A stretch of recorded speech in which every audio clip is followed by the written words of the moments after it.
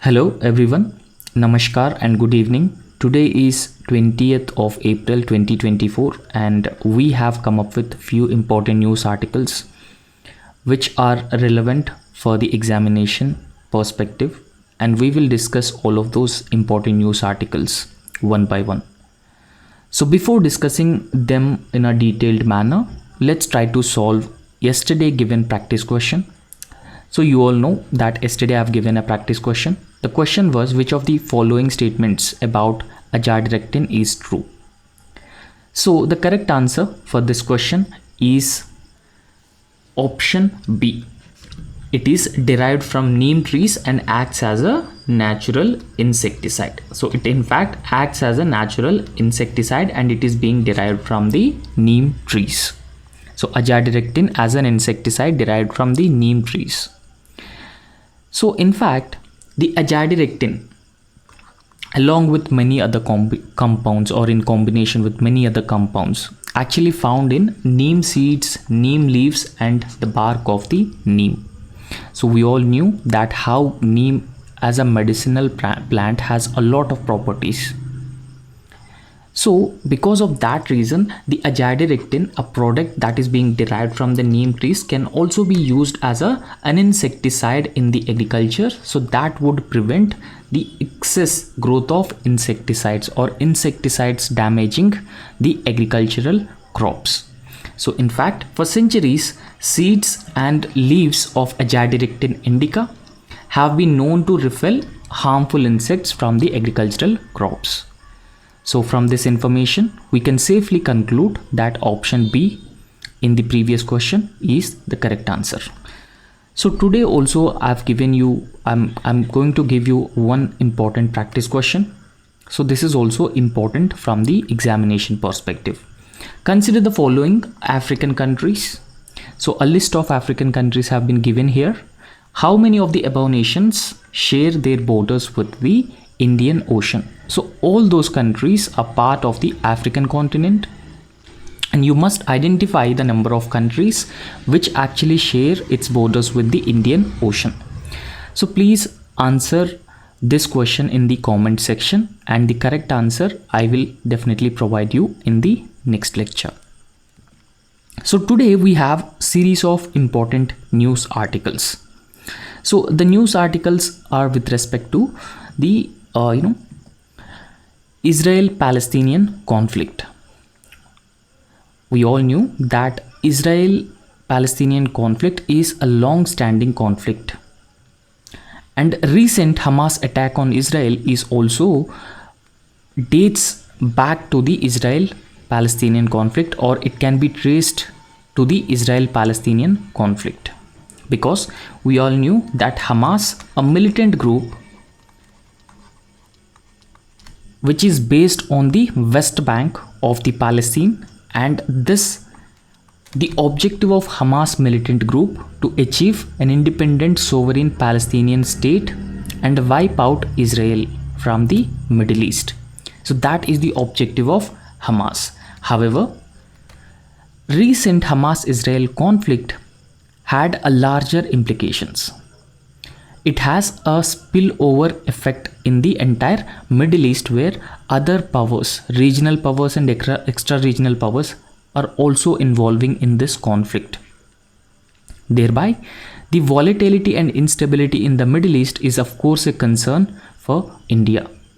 India's energy security, India's diaspora and millions of workers who are working in the Middle East. So therefore a lot of concerns, not just for India, but the global security and the global order as well. Because on Israel, there are very often allegations of human rights violations, and very often it has been a hotbed or potential bed of militancy. Because if you look at the Middle East, there are number of militant groups. Hamas, a militant groups that is based on West Bank, and we also knew about the Hezbollah. So that is also a Shia militant group in Lebanon, north of Israel. And then there are also Houthi rebels. It is also a Iran-backed Shia militant group. So therefore, can we really find out a two-state solution for Israel and Palestine? So that is the main question here. So two-state solution here actually means both Palestine and Israel have their own independent and sovereign states, and they are existing peacefully in that region. So settlement of this territorial dispute, or settlement of the conflict and the dispute between Israel and Palestine, is known as the two-state solution. Now historically there are a lot of countries which always support the two-state solution, a peaceful two-state solution between Israel and Palestine. And in fact, we have to talk about India also, because India traditionally supports two-state solution between Israel and Palestine, because this is one way through which we can peacefully address the existing situation or existing instability in the Middle East, that is primarily because of the Israel-Palestinian conflict. Here, the author is talking about the possibilities of the two-state solution and the complexities that are being involved in creating two-state solution, or is it still a feasible solution, the two-state solution? What are the complexities? What are the issues that are between Israel and Palestine, and how we can proceed further has been discussed by a former Vice President Hamid Ansari in this editorial. Firstly, he had been talking about the origin and the questions. The origin of Israel as a state in the Middle East was first discussed. So there was some historical context. The historical context was the idea of a Jewish national home, and at the same time the development of the same Jewish national state since recorded history remain debated. So there is no such historic evidence that can confirm Israel have the rights over this present land. So the author has been suggesting that it is still remain a debated thing. And there are also a lot of challenges to the existing myths also.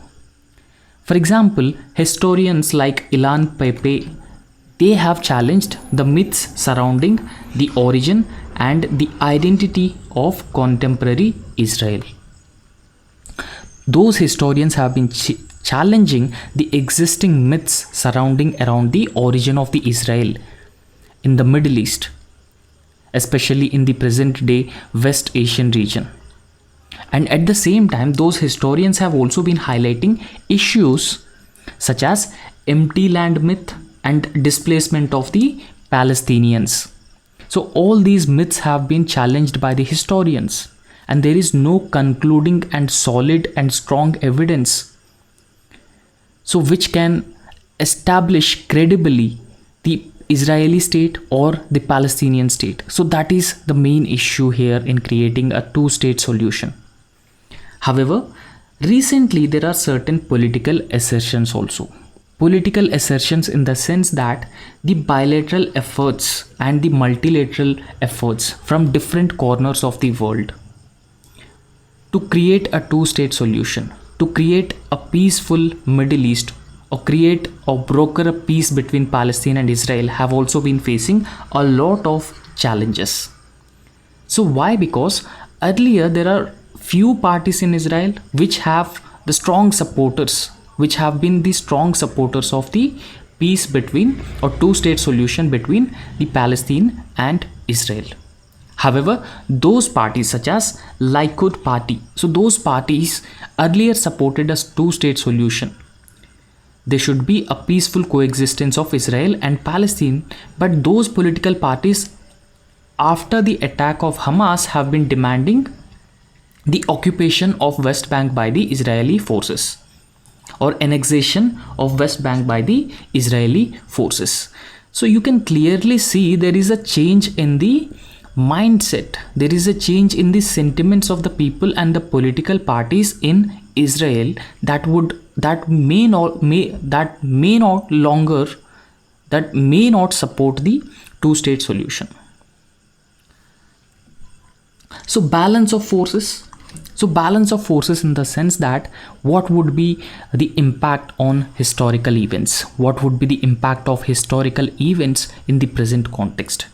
So former negotiators like Professor Itmar Rabinovich, so they have actually assessed the impact of 1967 war on Israel and Arab relations, and they have been emphasizing on lack of political settlement. So there is no mutually agreed political settlement between Israel and Palestine. So that is also another issue which has been highlighted by the former negotiators, the peace brokers between Israel and the Palestine. So in case both these states have come to terms, both these states have agreed for a political settlement, there may be chance that peace might be restored, and two-state solution may also be possible subsequently. However, there are a lot of complexities involved in this peace process. When I say complexities, so now we have been observing or overseeing the regional turmoil in the entire Middle East, because it has the spillover effect. How it has a spillover effect? Because now the extra state organizations or non-state organizations have also entered into the field, such as Hezbollah of Lebanon, Houthis of this Yemen, and Iran also entered into this field. So there are a lot of spillover effects, and that has resulted in a regional turmoil in the Middle East. Okay, so therefore, earlier there was an intifada to come to the terms to establish a political settlement, and that intifada led to the creation of a Madrid conference in the year 1991. So the overall objective of this Madrid conference between Israel and Palestine was to achieve peace, but still it has been facing a lot of complexities. The Madrid conference 1991 objectives are not yet fulfilled. To come to the terms or to achieve the political settlement between the Israel and Palestine is not yet achieved, so that is a concern here. And after that, we should also look at the current dynamics as well. So the current dynamics in the sense that there are assessments indicate growing American support for Israel. See, throughout this Palestinian and Israel conflict and recent attack of Hamas on Israel, so those things have led to the increasing support of America to Israel. Now that indicates the extra regional forces have been coming into the region, and they are playing the larger role. Now if America's support to Israel increases, there may be chances that other powers like Russia and China may also intervene.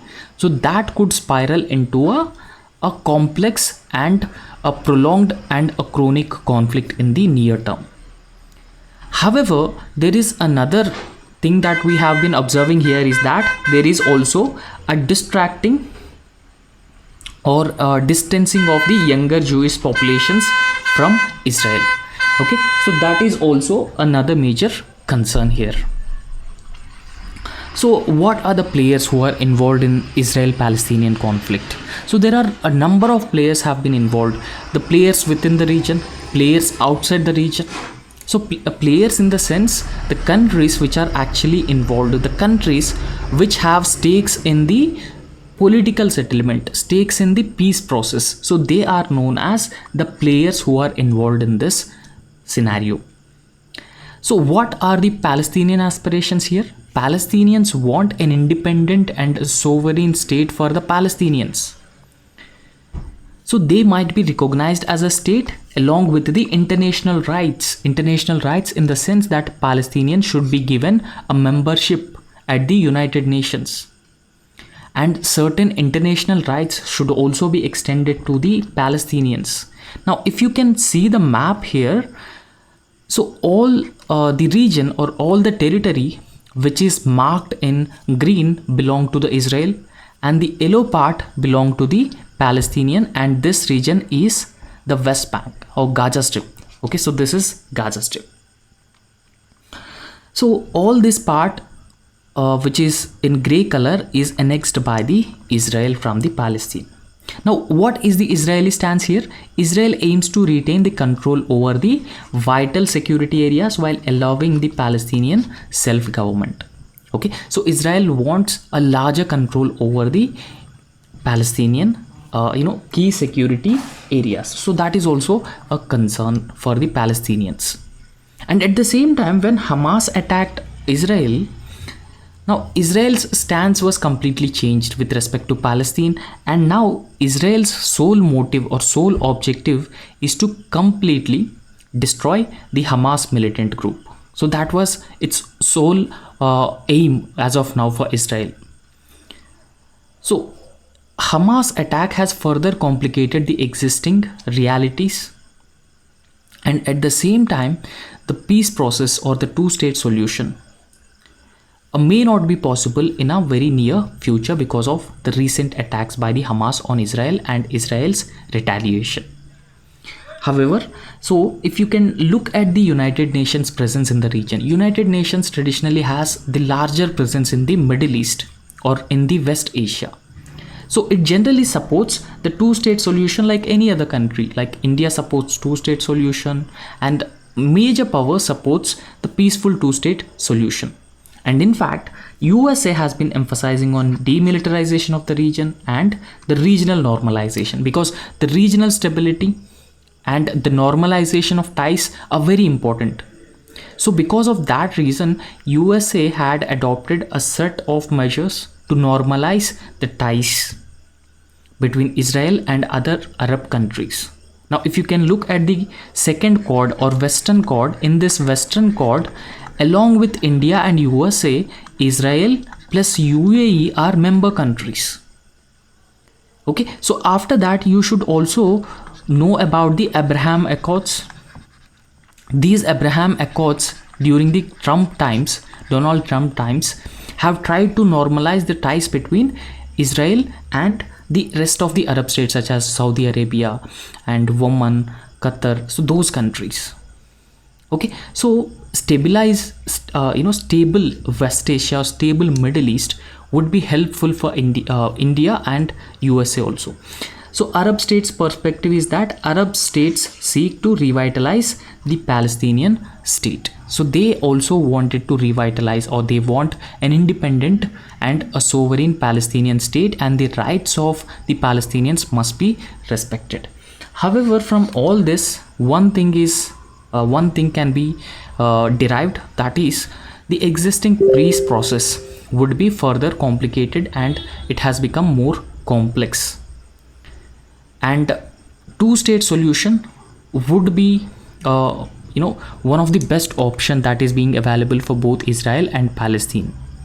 So both countries, along with the mediation of extra-regional powers and regional powers, should have a political settlement, and they should also establish the two-state solution for the stability in the Middle East. Okay, so next article that we are going to discuss is about forests. Recently, Supreme Court in one of its judgment has recognized forests as a national asset, and at the same time they are a major contributor of financial wealth for India. Now we'll try to understand this, how forests a national wealth or a major contributor of financial wealth, and it is also a national asset.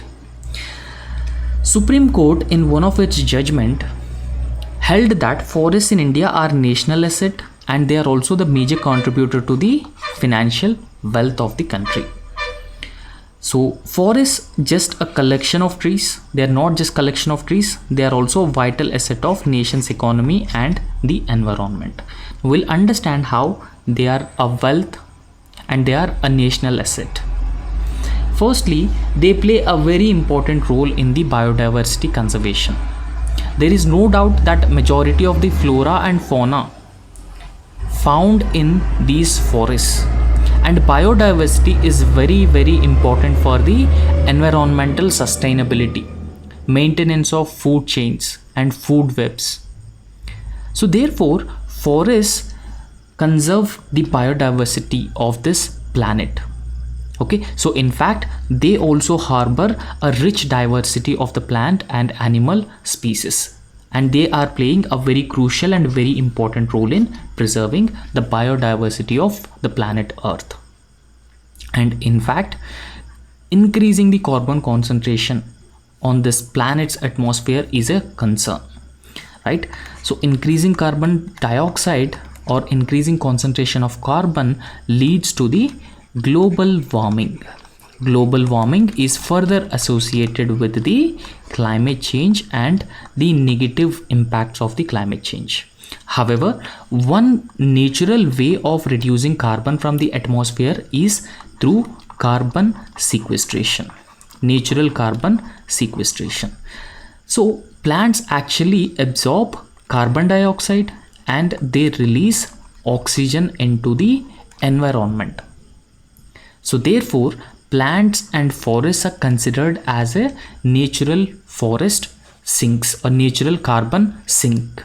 So they absorb the excess carbon and they store the excess carbon in their roots, in their bark, in their branches. So therefore, they can absorb the excess carbon from the atmosphere and reduce the levels of carbon, and they can also play an instrumental role in reducing the climate change. According to a report, Indian forests have been absorbing around 24,000 million metric tons of carbon dioxide from the atmosphere every annum. So therefore, they play a vital role in carbon sequestration or absorbing the excess atmospheric carbon. And at the same time, we should not forget forests play a very important role in soil and water conservation. Because now if you look at the soil erosion, the deforestation is one of the key factor in the soil erosion. So when you conserve forests or when you have undertaken the afforestation measures, you directly conserve the water resources and you would also prevent the soil erosion. Okay, now we generally say that overgrazing is actually responsible for the soil erosion, because there would be a lesser tree cover or lesser plant cover, and that makes the top soil vulnerable for the erosion. Okay, so therefore soil and water conservation, trees and vegetation in forests, they prevent soil erosion and regulate the water cycles and also they maintain groundwater levels. So they play instrumental role in recharging the groundwater tables. And after that, forests also act as a natural filters and they purify water and ensuring its availability for human consumption and agriculture. So these are essential ecosystem services which are being provided by the forests. However, we must understand the economic value of these forests also. So forests have a huge economic value. The biodiversity also has a huge contribution for the economy of any country. So first and foremost, we need to talk about the essence of carbon trading. So carbon trading is actually a mechanism, a market mechanism, where excess forest or tree growth or sequestration of carbon from the atmosphere would result in getting one carbon credit. Okay, so forest actually contributes to national financial wealth by earning revenue through the carbon trading. So countries with excess forest cover can sell, or because when a country has higher forest cover, it can sequester the carbon from the atmosphere and it emits less carbon. So because of that reason, in order to incentivize that country which either absorbs the carbon from the atmosphere or either releases less carbon into the atmosphere, so those countries will be generally given these carbon credits. So carbon credits can be sold in the market, and other countries which are releasing more carbon into the atmosphere, which are having less forest cover, so they have to purchase these carbon credits from the countries which already possess carbon credits. For example, imagine that country A had possessed the carbon credits. Okay, so it possessed the carbon credits. Why? Because it has a more forest cover and it has also been absorbing excess carbon from the atmosphere. But on the other hand, there is another country B. So this particular country has not been maintaining higher forest cover, and at the same time it has also been releasing higher amounts of carbon dioxide into the atmosphere. So therefore, as per the international environmental obligations, so that is nationally determined contributions, the country B must be able to reduce its carbon emissions into the atmosphere, and if it is not able to achieve this target, it must purchase the carbon credits from the country which already possessed. So therefore, carbon trading would also contribute to the wealth of any country which has a higher concentration or higher forest cover. And apart from that, the forests are essentially the source of timber and any other non-timber products. So please understand, timber and non-timber products are main source of livelihoods for the millions of people. And apart from that, they also provide the medicinal plants, fruits and resins. So therefore, they are the wealth of the nation. And after that, tourism and recreation is also another value added service provided by the forests, because forests very often attract tourists and nature enthusiasts, and that could generate revenues through ecotourism activities such as wildlife safaris, trekking, camping, sustainable tourism practices. So they can actually attract a lot of tourists into these forest areas, and they provide livelihood opportunities for the local populations, and it also provides an opportunity to conserve and manage those forests with the larger community participation. Okay, so that is a very important, and in fact it also supports the livelihoods of the local communities. However, in this context, we have understood the importance of forests, but forests have been facing number of threats, and those in order to minimize those threats, we must undertake the conservation measures. So first, the forest conservation laws must be undertaken. So the forest conservation laws, there are a number of forest conservation laws: Environment Protection Act 1986, Forest Conservation Act 1980, Indian Forest Act 1927. So there are a number of forest conservation laws, but the problem is actual implementation of those forest laws. And we must implement those forest laws in a letter and spirit in order to protect and conserve those forests. For that, we need to have a strong legal frameworks and enforcement mechanisms. They are very essential and important to protect forests from the illegal logging, encroachment and unsustainable land use practices. After that, we should also talk about the community participation in the conservation and management of forests. So involving local communities and indigenous groups in forest management and conservation efforts can actually help in sustainable resource utilization and conflict resolution also. See, community participation in any program is very, very essential, especially with respect to afforestation, large-scale forestry drives. Community participation plays a very important role, not just for the afforestation, for the purpose of conservation and management of forests. Community participation plays a very, very important role. So community-based forest management, as I have already told you, that it is a very important to protect and conserve existing forests in India. And after that, there should be strong monitoring and enforcement mechanisms also at different levels, at the national, state and even at the local level. So those monitoring and enforcement mechanisms would reduce the illegal logging, deforestation, encroachment into the forest lands, so thereby preventing the habitat fragmentation or cutting down the existing forests or trees in those forest areas. In 2021, there was a report, the State of Forest report. So that report has indicated that there are few states which have seen an increase in the forest cover. For example, Telangana had seen an increase in the forest cover. Andhra Pradesh, Odisha, Karnataka and Kerala have seen an increase in the forest cover. But surprisingly, there are several northeastern states where we have seen a decreasing forest cover. most surprisingly, Nagaland has the highest area with the deforestation.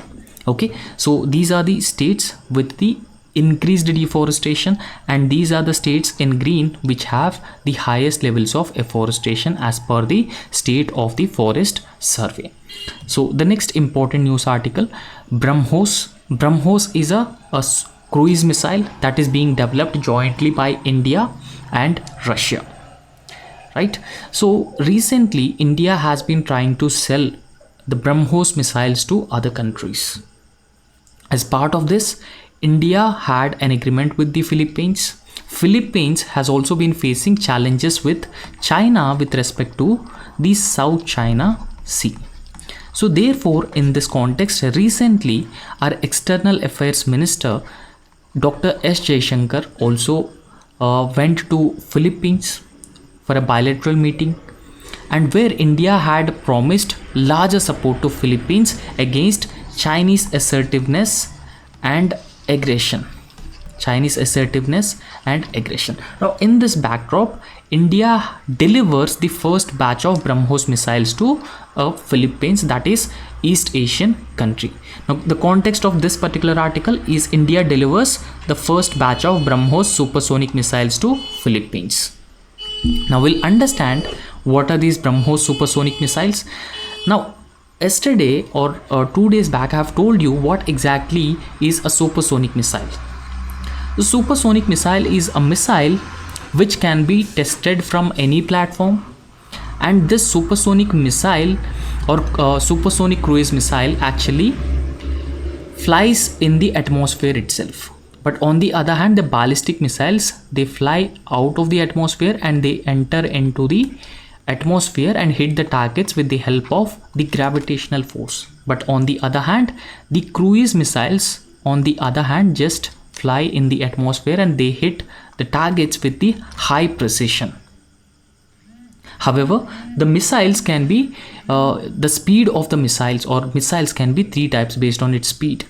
One is subsonic missile, supersonic missile, and the hypersonic missile. BrahMos is a supersonic cruise missile, and it has a 2-stage solid propellant booster, and it at its first stage which takes into account the supersonic speed. In the second stage, the liquid ramjet engine will be used in this BrahMos missile, which takes it closer to Mach 3. So Mach 3 means 3 times the speed of the sound and in a cruise phase. So BrahMos missile is a universal for multiple platforms, and it can be launched from air, land, and the sea platforms also. Okay, so apart from that, the missile actually works in fire and forget principle. So you just fire this missile and you can just forget it. It can hit the targets with the higher precision, meaning it doesn't require the further guidance after it is launched, and it maintains high supersonic speeds throughout its flight, so thereby hitting the targets with a higher precision and a less possible time. Okay, so that's all about the BrahMos supersonic missile and India delivery of its first batch of missiles to Philippines. Now, other important news article is that fossils of huge prehistoric snake found in the Kutch mine. So that is Rann of Kutch in Gujarat. So in fact, the archaeologists and scientists have been saying that it is one of the largest snakes that roamed around Indian subcontinent 47 million years ago. So in fact, the Titanoboa was considered as the largest snake species on this planet. Okay, so Titanoboa is the largest snake species that we have evidence with respect to their existence on the planet Earth. But on the other hand, this particular snake species or its fossils in the mine in Rann of Kutch have been revealing that this snake species is much more bigger than the Titanoboa. Okay, so researchers have reported the discovery of fossils of one of the largest snakes that are ever existed and likely lived 47 million years ago. Okay, so they lived 47 million years ago during the Middle Eocene period. The fossils were found in Kutch, Gujarat, and the reptile named Vasuki indicus. Okay, so the name of this reptile is Vasuki indicus. So the paleontologists in India have actually unearthed a fearsome relic of the past. So that is a giant snake estimated to be as large as the longest snake has ever discovered. The longest snake ever discovered was Titanoboa. But the paleontologist says that this reptile is as large as the longest snake ever discovered. The fossilized remains of this reptile, so they are measuring anywhere between 10 to 15 meters long, and they found in Gujarat's Panandaro lignite mine. Okay, so in Kutch, and they date back to a staggering 47 million years back ago. Okay, so this snake was roamed around the Indian subcontinent 47 million years ago. So this new species named as Vasuki indicus after the mythical serpent that is being associated with the Lord Shiva. Okay, so this particular reptile species or snake species belong to the now extinct Matsodi snake family. Okay, so Matsodi snake family. So the findings by the researchers at the Indian Institute of Technology, Roorkee, were published in a journal called Scientific Reports. So this Matsodiae are Gondwana terrestrial snakes, and they lived between Upper Cretaceous, so that is dating back to 100 million years to 67 million years ago, and also the late Pleistocene, so 0.126 million years ago to 0.102 million years ago. So they lived in this, so this Matsocene, okay, Matsodiae, so that lived in this particular period. So this family of snakes is considered a pivotal group of our understanding of the snake origins and the total evolution of the snake species. So this giant Matsodi snake identified in the new study is one of the largest snakes ever reported and ever discovered. So it lived in the warm Middle Eocene period, roughly 47 million years ago in India. Okay, so the name of this snake species is Vasuki indicus. Okay, so that is a mythical serpent, named after a mythical serpent, and that is being associated with the Lord Shiva. Now the next article is with respect to eruption of a volcano in Indonesia. Okay, so its name is Mount Ruang. Mount Ruang. Now please understand, UPSC has also been asking about the volcanic eruptions in prelims and even mains also. So therefore, from this perspective, this is a very important question. So this Mount Ruang is located in the Indonesia, very near to the Sulawesi island.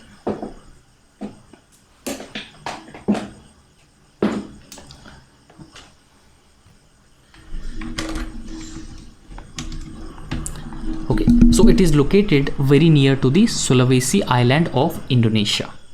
Okay, so this Mount Ruang is a remote Indonesian volcano, and the volcanic eruption has led to the spewing of ash into the sky. So after nearly half a dozen eruptions earlier took place this week, and thousands of people were evacuated to safe places after the volcanic eruption. Okay, so this is the location of Mount Ruang in Indonesia. Okay, so around 11,000 residents were evacuated after Mount Ruang erupted multiple times in this week. So this Mount Ruang has actually erupted 5 times in a row.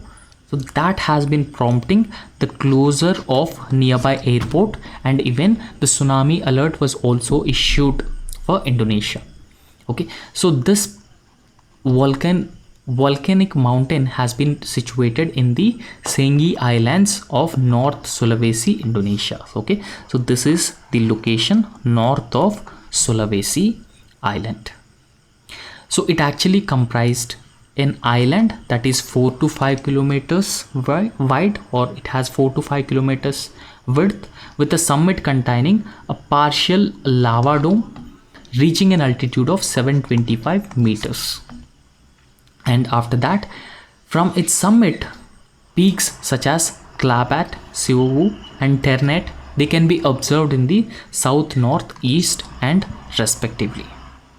So the top of the mountain is partially filled with a lava dome formed as a result of activity in 1904. So please just understand where it is located and in which country it is located, and what is the name of this volcanic eruption. So that's enough. So the next important news article: recently a tribe which lives in Andaman and Nicobar Islands, the tribe's name is Shompen Tribe. So this Shompen tribe votes for the first time in the history of India. Okay, so for the first time, the members of the Shompen, so these were the particularly vulnerable tribal groups. So they took part in the election process by casting their votes in the Andaman Nicobar Loksabha constituency.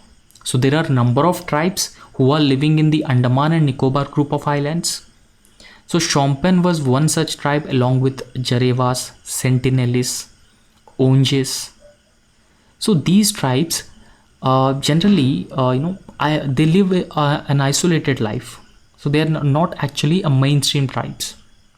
But Shompen tribes voting for the first time is actually considered as one of the remarkable feat of the elections in India, or successfully conducting elections in India. This is one of the example. Okay, so because these are particularly vulnerable tribal groups and they brought under the voting.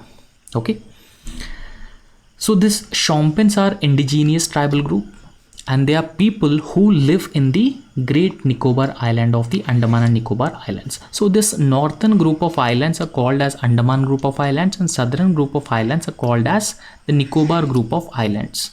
So this particular tribe, Shompen tribe, lives in the Nicobar group of islands in the Andaman and Nicobar. And this group primarily hunter-gatherers.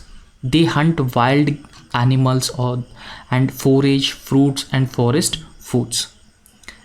Okay, so they are actually the hunter and gatherer tribal communities in the Nicobar group of islands. The Shompens are one of the most populated tribes in the Andaman and Nicobar Islands, and the populations ranging between 200 to 300 people, living mainly in the Great Nicobar Island. Some more details about this Shompen tribe. So they were first contacted in 1840s and designed as a particularly vulnerable tribal groups from Andaman and Nicobar Islands. And if you look at the family structure, so most of their families were nuclear families, or small sized families, and at the same time these families are very often considered controlled by the eldest male member of a family, who controls all activities of the woman and the kids. So this is the family structure. This is how the society has been designed for the tribal group. Monogamy. So monogamy is a general rule. Monogamy essentially means that having one husband or one wife is a monogamy is a general rule, although polygamy is also allowed in these tribes, the Shompen tribe. Okay, so these are some basic details about the Shompen tribe and their voting pattern. And that's all for today's lecture. Thank you so much. Please subscribe our YouTube channel and also hit the like button in this video. Thank you so much.